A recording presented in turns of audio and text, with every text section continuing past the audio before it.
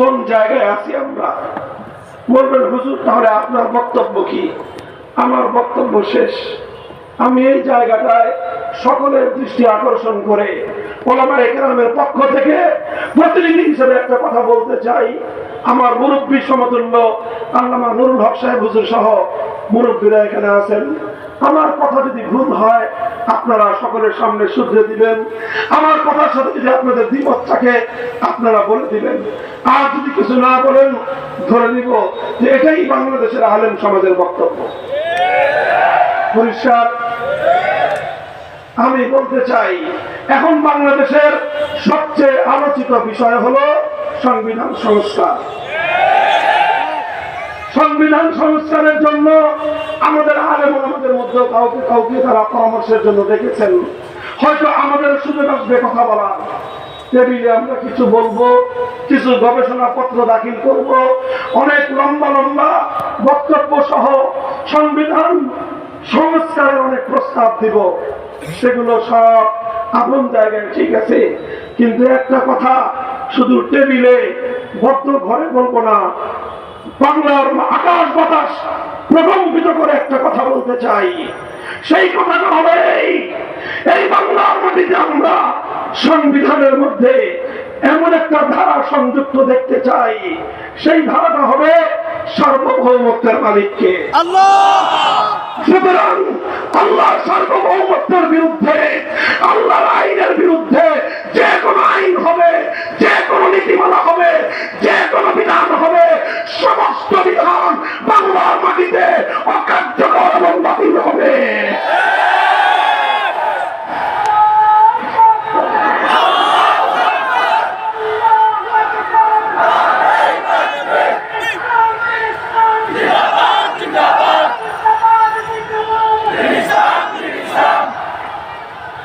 কাজেই এটা আমাদের আবদার নয়, এটা আমাদের আবদার নয়, এটা আমাদের হৃদয়ের রক্ত দিয়ে দেখা দাবি।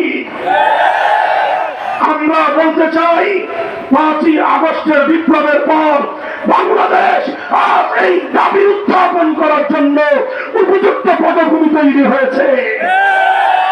5ই আগস্টের বিপ্লবের স্বরূপ যদি কেউ বুঝতে চান, বিপ্লবের প্রতীক যদি দেখতে চান, তাহলে আমি বলবো দুপুরের পর থেকে নিয়ে আসর পর্যন্ত 1 থেকে 1.5 ঘন্টার বাংলাদেশ দেখুন।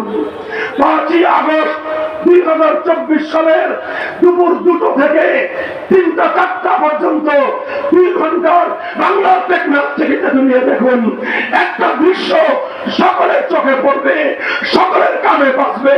সেটা হলো 15 বছরে গোটা বাংলাদেশে শেরকের যত প্রতীক মূর্তি তৈরি করা হয়েছিল, বাংলার শাহজালালের সন্তানেরা, বাংলার বীর তৌহিদি জনতা 2 ঘন্টার মধ্যে সমস্ত মূর্তি ভেঙে বঙ্গোপসাগরে ভাসিয়ে দিয়েছে।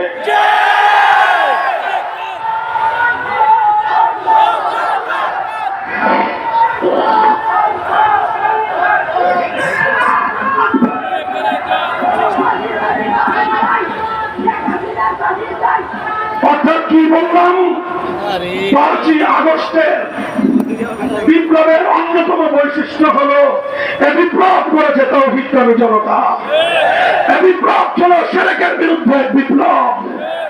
কাজেই এটাকে আমি এখনই পূর্ণাঙ্গ ইসলামী বিপ্লব বলতে চাচ্ছি না, তবে অবশ্যই এতটুকু বলবো এ বিপ্লব ইসলামী বিপ্লব না হলেও এ বিপ্লব ইসলামী বিপ্লবের পূর্বাভাস।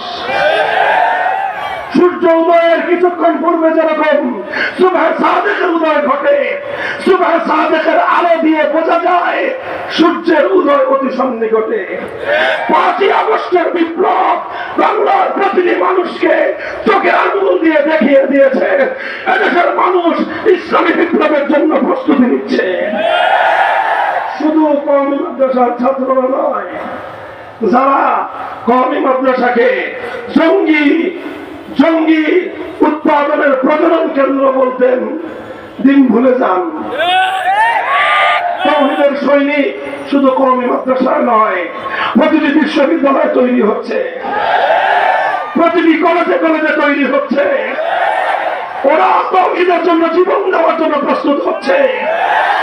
ইনশাআল্লাহ আমরা এজন্য শান্তিপ্রিয় ভাবে বলছি, দাবি উত্থাপন করছি যে আল্লাহর আইনের বিরুদ্ধে, কোরআন সুন্নাহর আইনের বিরুদ্ধে বাংলাদেশে কোনো আইন, কোনো নীতিমালা কার্যকর হবে না।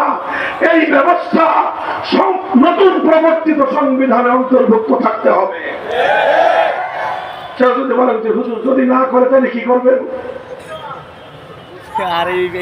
যদি এবার ইসলামের এই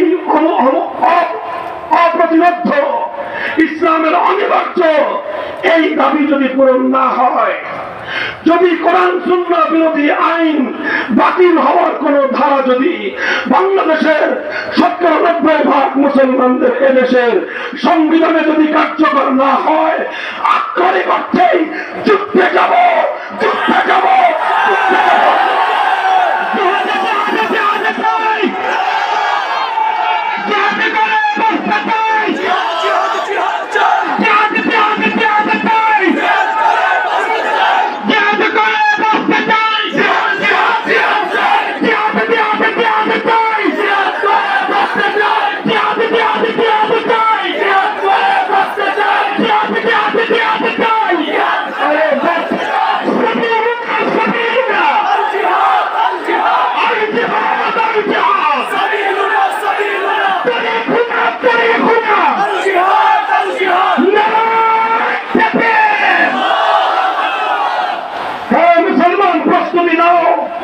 শহীদ আবু সাঈদ যেভাবে ফ্যাসিবাদকে বিতাড়িত করবার জন্য জালেমের বুলেটের সামনে বুকটা টান করে দিয়েছিল, বাংলার মাটিতে আরো আবু সাঈদ আছে না নাই?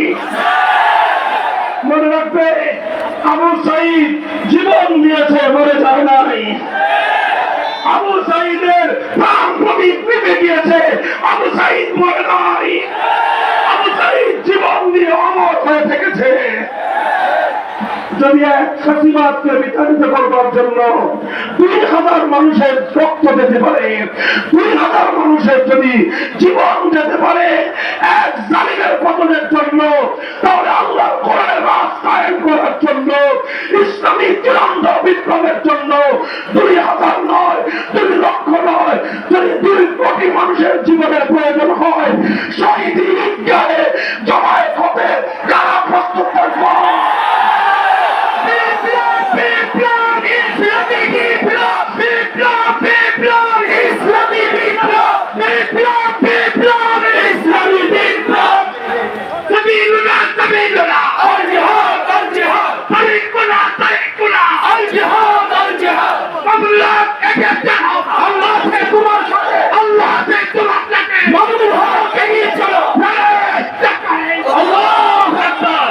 আমরা আমাদের কথা যথা সময়ে বলে রাখলাম। তুলতে না পারে যে হুজুর আপনারা এত গরম হয়ে গেলেন, আগে তো কিছুই বললেন না। এই জন্য বলছি, সারা বাংলাদেশে এখন আবার এক ওয়াজ সংবিধান সংস্কার হবে।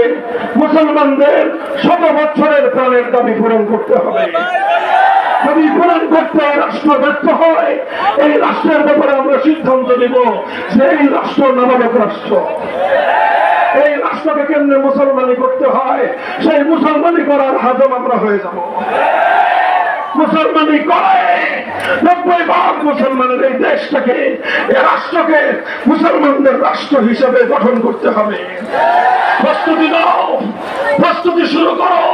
কলেজ, ইউনিভার্সিটি, সকল স্তরের ছাত্র জনতা হাতে হাত রাখো। ইসলামী জনতা ঐক্যবদ্ধ হও। বাংলার মাটির অনিবার্য বিপ্লব হবে ইসলামী বিপ্লব। আগামী বাংলাদেশ হবে ইসলামের বাংলাদেশ। শাসনতন্ত্র হবে ইসলামের শাসনতন্ত্র। সংবিধান হবে আল কোরআনের সংবিধান। রাজনীতি হবে খেলাফতের রাজনীতি ইনশাআল্লাহ। আল্লাহ পাক কবুল করেন, তৌফিক দান করেন। যা বললাম যেন মুখের কথাই শুধু না হয়, হৃদয়ের আওয়াজ যেন হয়, সেই দোয়া চাই। ওয়া আখিরু দাওয়ানা আলহামদুলিল্লাহি রাব্বিল আলামিন। ওয়াসসালামু আলাইকুম ওয়া রাহমাতুল্লাহ। সুবহানাল্লাহি ওয়া বিহামদিহি, সুবহানাকা আল্লাহুম্মা বিহামদিকা, আশহাদু আন লা ইলাহা ইল্লা আনতা, আস্তাগফিরুকা ওয়া আতুবু ইলাইক। রব্বানা আতিনা ফিদ দুনিয়া হাসানাহ ওয়া ফিল আখিরাতি হাসানাতাও ওয়া